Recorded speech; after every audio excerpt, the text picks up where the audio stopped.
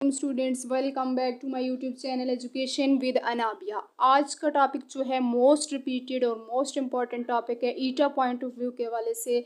इस टॉपिक में से ईटा जो है अभी तक जितने भी टेस्ट हो चुके हैं ना ईटा के, उनको अगर उठा के चेक कर लें आप लोग, इस टॉपिक में से मस्ट क्वेश्चन आए हुए होते हैं। ठीक है, और ये है भी ईजी। आज की वीडियो में आपसे कुछ ट्रिक्स और कुछ फार्मूला शेयर करूंगी जिसकी हेल्प से आप इजीली कंजक्शन को याद कर सकते हैं।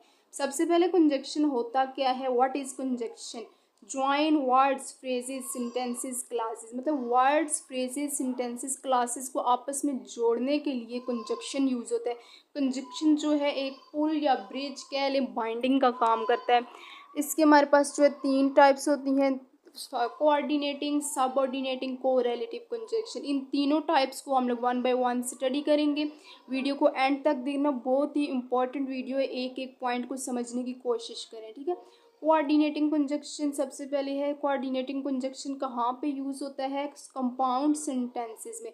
ये जो टाइप्स ऑफ सेंटेंसेस का टॉपिक है मैं आपसे पहले शेयर कर चुकी हूँ। आप मेरी इंग्लिश की प्लेलिस्ट में जाके इस टॉपिक को भी कर लें, क्योंकि ये भी बहुत इंपॉर्टेंट टॉपिक है। सेंटेंसेस की 4 टाइप्स उसमें मैंने आपसे शेयर किए, simple, compound, complex, compound complex sentences. ठीक है, कोऑर्डिनेटिंग कंजक्शंस टोटल 7 होते हैं, और उन 7 कंजक्शन के नाम याद करने के लिए ये टर्म याद कर लें, फैन बॉयज। ठीक है, फैन बॉयज। फैन बॉयज से अब क्या बनते हैं देखें, F for, A and, N nor, B but, O or, Y yet, S so. ये है 7 कोऑर्डिनेटिंग कंजक्शन। इनको अच्छे से मेमोराइज करें। फिर नेक्स्ट वन है सबऑर्डिनेटिंग कंजक्शन। ये यूज़ होते हैं हमारे पास कॉम्प्लेक्स सेंटेंसेस में। ठीक है, इसको याद करने का फार्मूला है, शॉर्ट ट्रिक कह लें, ऑन अ वाइट बस। ये याद रखें, ऑन अ वाइट बस। ऑन हमारे पास स्टैंड करता है वंस ओनली, इफ को ए स्टैंड करता है आफ्टर, आल्थो, एज। अब वाइट जो वर्ड है इसमें डब्ल्यू एच स्टैंड करता है when, while, where, whenever, whether, where is। White का आई रिप्रेजेंट करता है if, in case, T though, that, then, E even though, even if, B because, before, U unless, until, S since, so that. ये थे subordinating conjunction. Subordinating conjunction हमारे पास complex sentences में use होते हैं, ये भी साथ याद रखना है।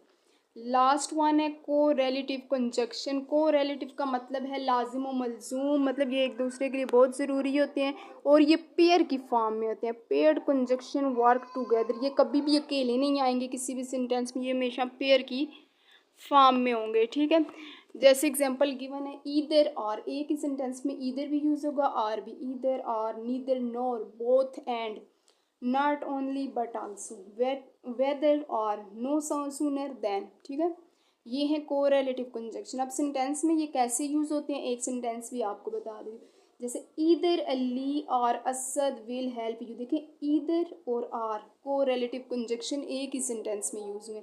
Neither the teacher NOR the students were present, ना ही टीचर प्रेजेंट था ना ही स्टूडेंट प्रेजेंट था। ठीक है, अब इसको, ये कोरिलेटिव कंजक्शन को याद करने का एक ट्रिक जो है वो ये है, इस सेंटेंस को याद रखें, early November brings new winter night. Early November brings new winter night. अब अर्ली का ई रिप्रेजेंट करता है either or, N neither nor, B both and, W whether or, N no sooner than. अब एक बात याद रखें, ये जो को रिलेटिव कंजक्शन है जस्ट यही 6 नहीं है, और भी हैं, आप उनको भी साथ सर्च आउट करके प्रैक्टिस कर लें। ठीक है, तो लास्ट पे आपको यही कहूँगी कि अभी तक मैं जितनी ये वीडियो साथ साथ आपसे शेयर कर रही हूँ, ये मैं वो उन टॉपिक पे वीडियो बनाती हूँ जो ईटा टेस्ट में जो टॉपिक बार बार रिपीट कर रहे हैं। आप लोग अगर इन टॉपिक को अच्छे से करें तो आपका इंग्लिश का पोर्शन 100% आप सॉल्व कर सकते हैं। ठीक है, ईटा बार बार वही टॉपिक रिपीट कर रहे हैं। अगर वीडियो से आपको कोई भी थोड़ा सा भी अगर फ़ायदा हुआ तो प्लीज़ वीडियो को लाइक और चैनल को सब्सक्राइब करके थोड़ी सी मुझे सपोर्ट करें और मेरी मोटिवेशन के लिए एक प्यारा सा कमेंट ज़रूर किया करें।